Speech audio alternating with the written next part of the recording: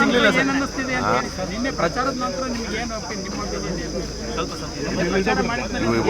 ಹೊಸದಾಗಿ ಏನಾದ್ರು ಕೇಳಾಗಿದ್ರೆ ಕೇಳಿ.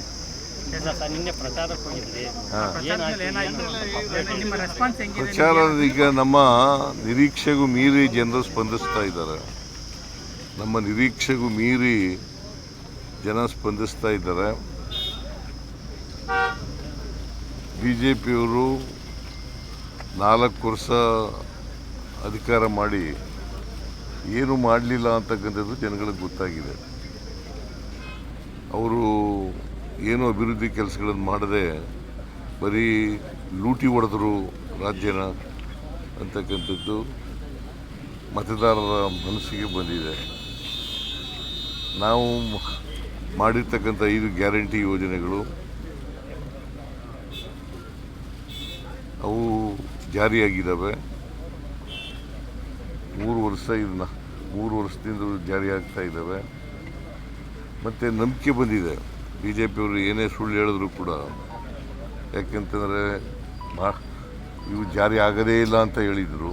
ಒಂದು ಸಾರಿ ರಾಜ್ಯ ಆರ್ಥಿಕವಾಗಿ ದಿವಾಳಿ ಆಗ್ತದೆ ಅಂತ ಹೇಳಿದರು.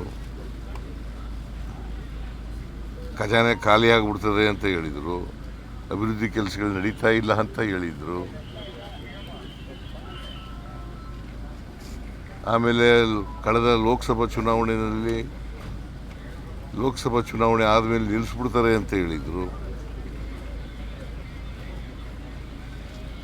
ಈಗ ಮುಂದುವರಿಸ್ತಾ ಇದ್ದೇವೆ. ಪ್ರತಿ ವರ್ಷವೂ ಕೂಡ ಸುಮಾರು 52,000 ಕೋಟಿ ರೂಪಾಯಿಗಳನ್ನು ಖರ್ಚು ಮಾಡ್ತಾ ಇದ್ದೀವಿ. ಪ್ರತಿ ವರ್ಷವೂ ಕೂಡ 52,000 ಕೋಟಿ. ಮಾರ್ಚ್ 24ರವರೆಗೆ 1,31,000 ಕೋಟಿ ಖರ್ಚು ಮಾಡಿದ್ದೀವಿ. ಮಾರ್ಚ್ 31ರವರೆಗೆ 1,31,000 ಕೋಟಿ ಖರ್ಚು ಮಾಡಿದ್ದೀವಿ. ಅದರಿಂದ ಇವನ್ನೆಲ್ಲ ಪ್ರಶ್ನೆನೇ ಇಲ್ಲ. ಇವನ್ನು ಮುಂದುವರಿಸ್ತಕ್ಕಂಥ ಕೆಲಸ ಮಾಡ್ತೀವಿ. ಸೊ ಇವೆಲ್ಲ ಜನಗಳಿಗೆ ಗೊತ್ತಾಗಿದೆ. ಆಮೇಲೆ ಈಗಾಗಲೇ ಪ್ರಸ್ತಾಪ ಮಾಡಿದ್ದೀನಿ ನಾನು, ಸಾಲದ ರಾಮಯ್ಯ ಅಂತ ಹೇಳೋದು.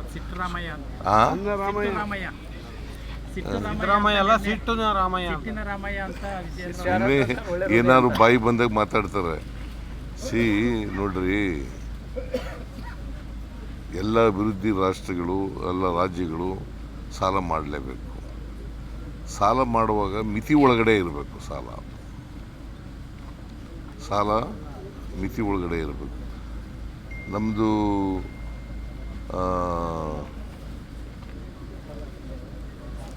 GDP ಎಷ್ಟು ಗೊತ್ತಾ ಕರ್ನಾಟಕದ್ದು?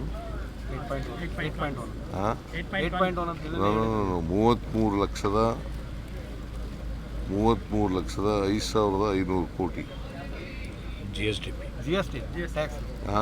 GST ಅಲ್ರಿ, GDP. ರಾಜ್ಯದ GDP,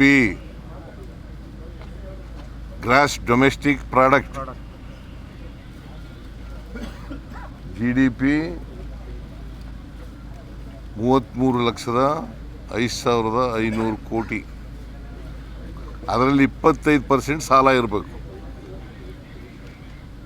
ಅದರಲ್ಲಿ 25% ಸಾಲ ಇರಬೇಕು. ನಾವು 24.94% ಮಾಡಿದ್ದೀವಿ.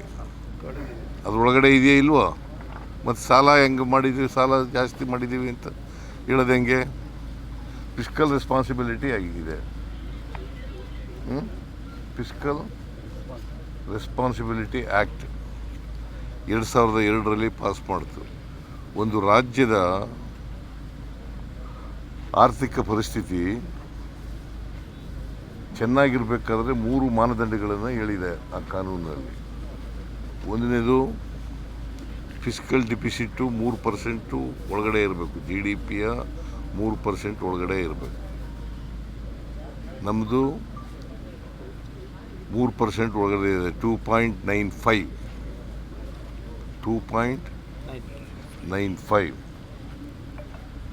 ಸಾಲ 25% ಒಳಗಡೆ ಇರಬೇಕು. GDPಯ 25% ಒಳಗಡೆ ಇರ್ಬೋದು. ರೆವಿನ್ಯೂ ಸರ್ಪ್ಲಸ್ ಇರಬೇಕು.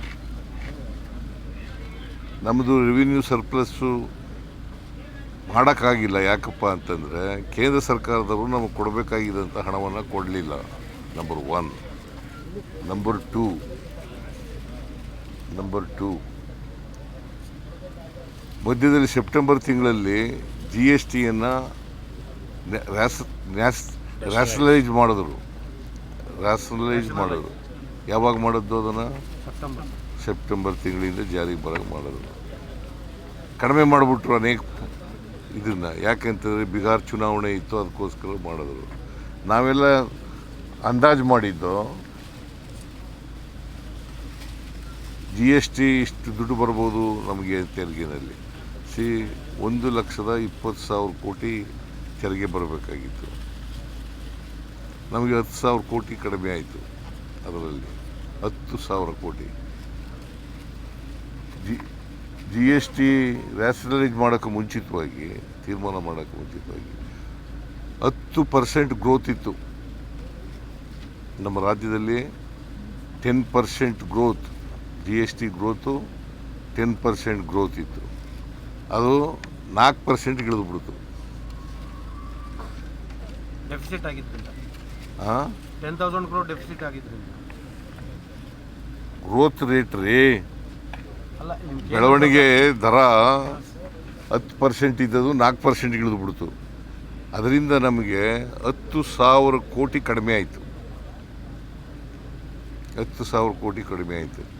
ಮುಂದಿನ ವರ್ಷ 15,000 ಕೋಟಿ ಕಡಿಮೆ ಆಗುತ್ತೆ. ಆಮೇಲೆ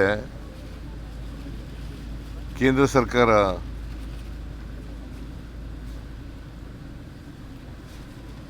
GST ನಮಗೆ ಕೊಡಬೇಕಾಗಿರ್ತಕ್ಕಂಥದ್ದನ್ನು ಕೊಡಲಿಲ್ಲ. ಸುಮಾರು 11,495 ಕೋಟಿ 11,495 ಕೋಟಿ ವಿಶೇಷ ಗ್ರ್ಯಾಂಟ್ಸ್ ಕೊಡ್ತೀವಿ ಅಂತಂದಿದ್ರು, ಅದು ಕೊಡಲಿಲ್ಲ.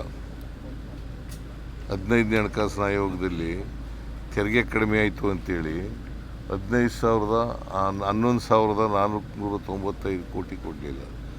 ಆಮೇಲೆ ನಿರ್ಮಲಾ ಸೀತಾರಾಮನ್ ಅವರು ಬಜೆಟ್ನಲ್ಲಿ ಘೋಷಣೆ ಮಾಡಿದ್ದು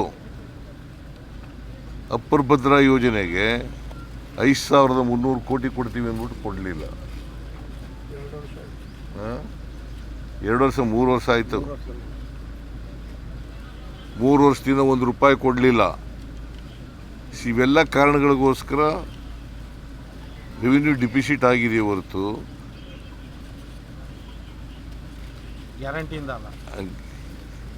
ಗ್ಯಾರಂಟಿಯಿಂದ ಅಲ್ಲ.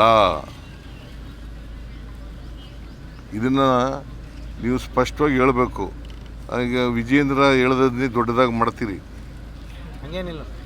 ಇವತ್ತು ನೋಡಿದ್ಯಾ ಪತ್ರಿಕೆಯಲ್ಲಿ? ಆಯ್ತಪ್ಪ, ವಿಜೇಂದ್ರ ಸರಿ ಆಯ್ಪ. ವಿಜೇಂದ್ರ ಹೇಳೋದು ಸುಳ್ಳು ಹೇಳ್ತಾರೆ. ಬಜೆಟ್ ಮೊನ್ನೆ ಆಯ್ತಲ್ಲ, ಏನ್ರಿ ಮಾಡ್ತಾ ಇದ್ರು ಅಲ್ಲಿ? ಬಜೆಟ್ ಚರ್ಚೆ ಆಯ್ತಲ್ರಿ ಅಲ್ಲಿ? ಅಸೆಂಬ್ಲಿನಲ್ಲಿ ಚರ್ಚೆ ಆಯ್ತಲ್ಲ, ಏನು ಮಾಡ್ತಾ ಇದ್ರು ಅವರು? ಹಾಗಾದ್ರೆ ನಿದ್ದೆ ಮಾಡ್ತಾ ಇದ್ರ ಚರ್ಚೆ ಮಾಡದೇನೆ? ಅಲ್ಲಿ ಏನು ಹೇಳಬೇಕು ಅದಕ್ಕೆಲ್ಲ ಉತ್ತರ ಕೊಟ್ಟಿದ್ದೀನಲ್ಲ ನಾನು. ಸುಮಾರು 4.25 ಗಂಟೆ ಉತ್ತರ ಕೊಟ್ಟಿದ್ದೀನಿ.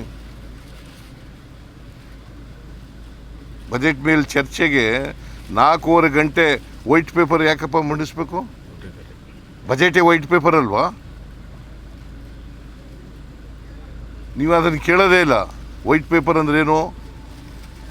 ರಾಜ್ಯದ ಆರ್ಥಿಕ ಪರಿಸ್ಥಿತಿ ಹೆಂಗಿದೆ ಅನ್ನೋದು ಇಡ್ಬೋದು. ಬಜೆಟ್ ಅಂದ್ರೇನು?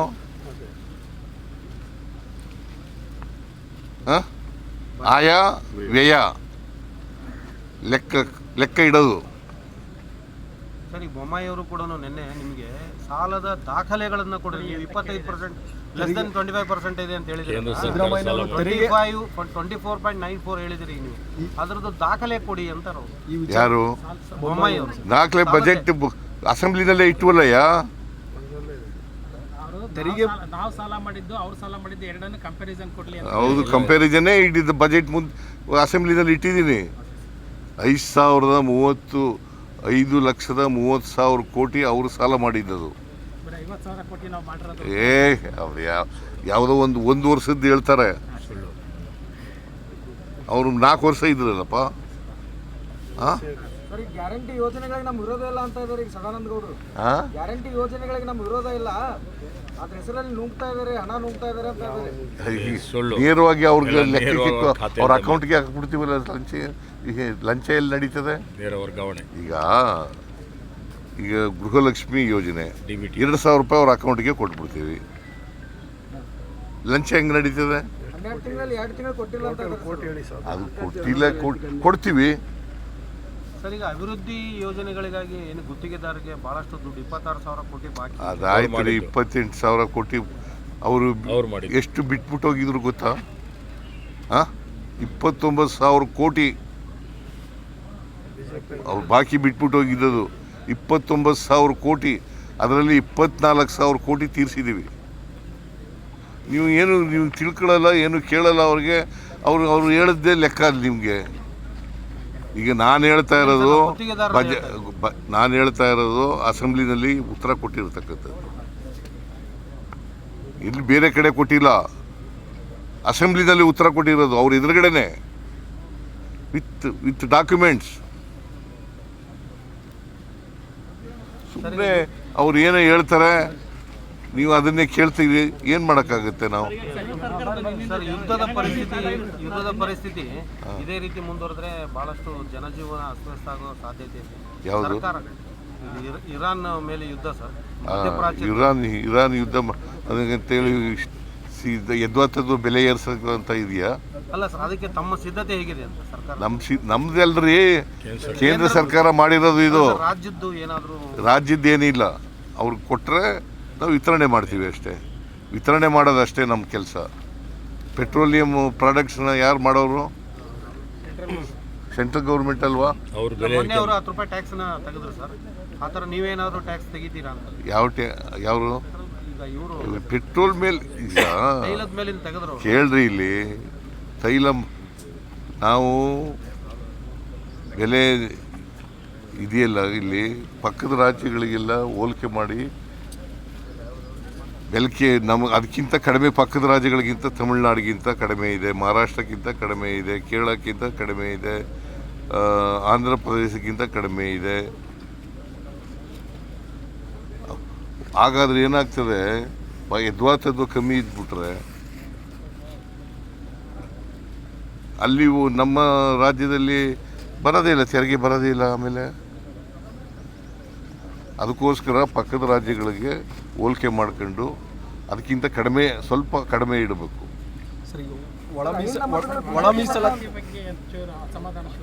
ಯಾರು ಒಳ ಮೀಸಲಾತಿಗೆ ನಾವು ಬದ್ಧವಾಗಿದ್ದೀವಿ, ಸರ್ಕಾರ ಬದ್ಧವಾಗಿದೆ.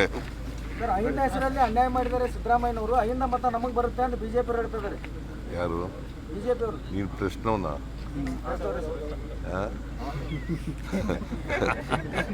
ಅಹಿಂದ ಇವ್ರಿಗೆ ಯಾವತ್ತು ಪ್ರೀತಿ ಬಂದಿರೋದು ಅಹಿಂದ ಮೇಲೆ?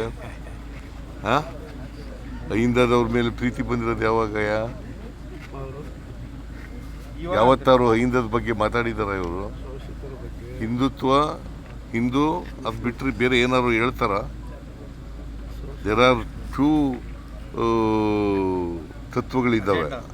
ತತ್ವಗಳು ಇದರಲ್ಲಿ ಆರ್ಥಿಕತೆಯಲ್ಲಿ 2 ತತ್ವಗಳಿದ್ದಾವೆ.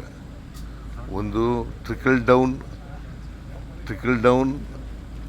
ಆರ್ಥಿಕ ಥಿಯರಿ, ಇನ್ನೊಂದು universal basic income theory. 2 theory ಗೊತ್ತಾ ನಿಮಗೆ? Trickle down and universal basic theory. ಇವರು ಯಾವತ್ತೂ ಕೂಡ BJPಯವರು ಟ್ರಿಕಲ್ ಡೌನ್ ಆರ್ಥಿಕ ಥಿಯರಿ ಇದೆಯಲ್ಲ, ಅದ್ರ ಪರ ಇರೋರು. ಅಂದರೆ ಶ್ರೀಮಂತರ ಪರ ಇರೋರು, ನಾವು ಬಡವ್ರ ಪರ ಇರೋರು. ಈಗ ಬಡವ್ರಿಗೆ ಈ ಬಸ್ನಲ್ಲಿ ಕರ್ಕೊಂಡು ಹೋಗ್ತೀವಿ ಫ್ರೀಯಾಗಿ, ಎಲ್ಲ ಮಹಿಳೆಯರಿಗೂ ಕರ್ಕೊಂಡು ಹೋಗಲ್ವಾ? BJPಯವ್ರು ಇಲ್ವ ಅಲ್ಲಿ? BJPಯವ್ರು ಇಲ್ವೇನ್ರಿ? ಎಲ್ಲರಿಗೂ ಕರ್ಕೊಂಡು ಹೋಗ್ತೀವಿ. ಇಲ್ಲಿ ಸದಾನಂದ ಗೌಡ ಹೇಳ್ದಿಲ್ಲಪ್ಪ ನೀನು. ಸದಾನಂದ ಗೌಡ ಎಲ್ಲರಿಗೂ ಬಸ್ನಲ್ಲಿ ಕರ್ಕೊಂಡು ಹೋಗುವಾಗ ಫ್ರೀಯಾಗಿ ಕರ್ಕೊಂಡು ಹೋಗಿ ಲಂಚ ಎಲ್ಲಿ ನಡೀತದೆ? ಅಕ್ಕಿ ಎಲ್ರಿಗೂ ಕೊಡ್ತೀವಿ, ಸರ್, ಈಗ ಲಂಚ ಎಲ್ಲ ನಡೀತದೆ. ಬಡವರಿಗೆ ಎಷ್ಟು ಶತಮಾನಗಳ ಕಾಲ ಬಡತನದಲ್ಲಿ ಇಟ್ಟು ಸಹಾಯ ಮಾಡ್ಕೊಂಡು ಹೋದ ಹೆಂಗೆ? ನಾನು ಬಡತನ ಕಡಿಮೆ ಆಯ್ತಾ ಕಡಿಮೆ ಮಾಡ್ತೀವಿ. ಬಡತನ ಕಡಿಮೆ ಆಗ್ತದಲ್ಲ, ಈಗ ಕೊಂಡ್ಕೊಳ್ತಕ್ಕಂಥ ಶಕ್ತಿ ಎಲ್ರಿಗೂ ಬಂದಾಗ ಮಾತ್ರ ಕಡಿಮೆ ಆಗ್ತದೆ.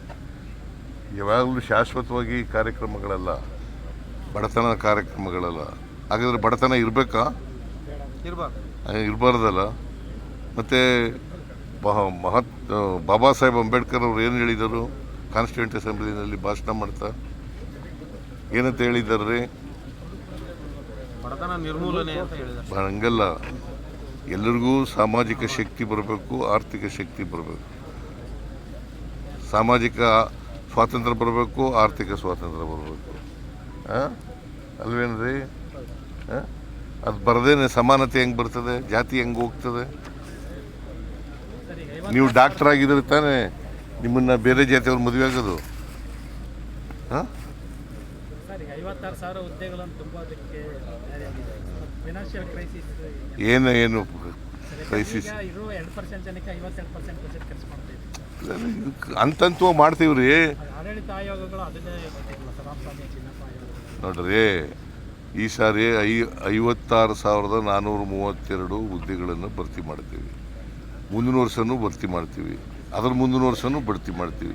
ಖಾಲಿ ಇರ್ತಕ್ಕಂಥ ಭರ್ತಿ 7.5 ಲಕ್ಷ ಹುದ್ದೆಗಳನ್ನು ಕೂಡ ಎಲ್ಲನೂ ಭರ್ತಿ ಮಾಡ್ತೀವಿ. ಸರ್, KPSCನೇ ಸುಭದ್ರವಾಗಿಲ್ಲ. ಯಾರು ಹೇಳಿದವರು? KPSC ನಲ್ಲಿ ಮತ್ತೆ KS ಗೆಜೆಟೆಡ್ ಪ್ರೊಬೆಷನರಿ ಪೋಸ್ಟ್ಗಳನ್ನು ಮತ್ತೆ ಈಗ ಇದಾಗಿದೆ ಅಂತ, ಅಕ್ರಮ ಆಗಿದೆ ಅಂತ ಇಂಟರ್ವ್ಯೂನ ಸ್ಥಗಿತಗೊಳಿಸಿದ್ರು. ಯಾರು? KPSC ಅವರು. KPSC ಅವರು ಇಂಟರ್ವ್ಯೂ ಡೇಟ್ ಫಿಕ್ಸ್ ಮಾಡಿ ಕ್ಯಾನ್ಸಲ್ ಮಾಡಿದ್ದಾರೆ. ಈಗ ಅದನ್ನು ಯಾಕೆ ಮಾಡಿದ್ದಾರೆ ಅಂತಂದರೆ ಸರಿಯಾದ ರೀತಿಯಲ್ಲಿ ಪಕ್ಕ ಮಾಡಬೇಕು ಅಂತ ಹೇಳಿದ್ದೀವಿ, ಅದಕ್ಕೋಸ್ಕರ ಮಾಡಿ. ರಿವೈವಲ್ಗೆ ಏನಾದ್ರು ಕ್ರಮ ತಗೋತೀರಾ ಸರ್? KPSC ರಿವೈವಲ್ಗೆ ಇಟ್ಸ್ ಇನ್ ಇಂಡಿಪೆಂಡೆಂಟ್ ಬಾಡಿ, ಗೊತ್ತಾಯ್ತಾ? ನಾವು ಮೆಂಬರ್ ಮಾಡುವಾಗ ಕೇಂದ್ರ ಸರ್ಕಾರದ ಜನಗಣತಿ ಯಾವುದು? ಕೇಂದ್ರ ಸರ್ಕಾರ ಜನಗಣತಿ ಸ್ಟಾರ್ಟ್ ಆಗಿದೆ ಸರ್. ನಿನ್ನೆಯಿಂದ ಶುರುವಾಗಿದೆ. 15 ವರ್ಷದ ನಂತರ ಮಾಡ್ತಾ ಇದ್ದಾರೆ. ಮುಖ್ಯಮಂತ್ರಿ ಸಿದ್ದರಾಮಯ್ಯನವರಿಗೆ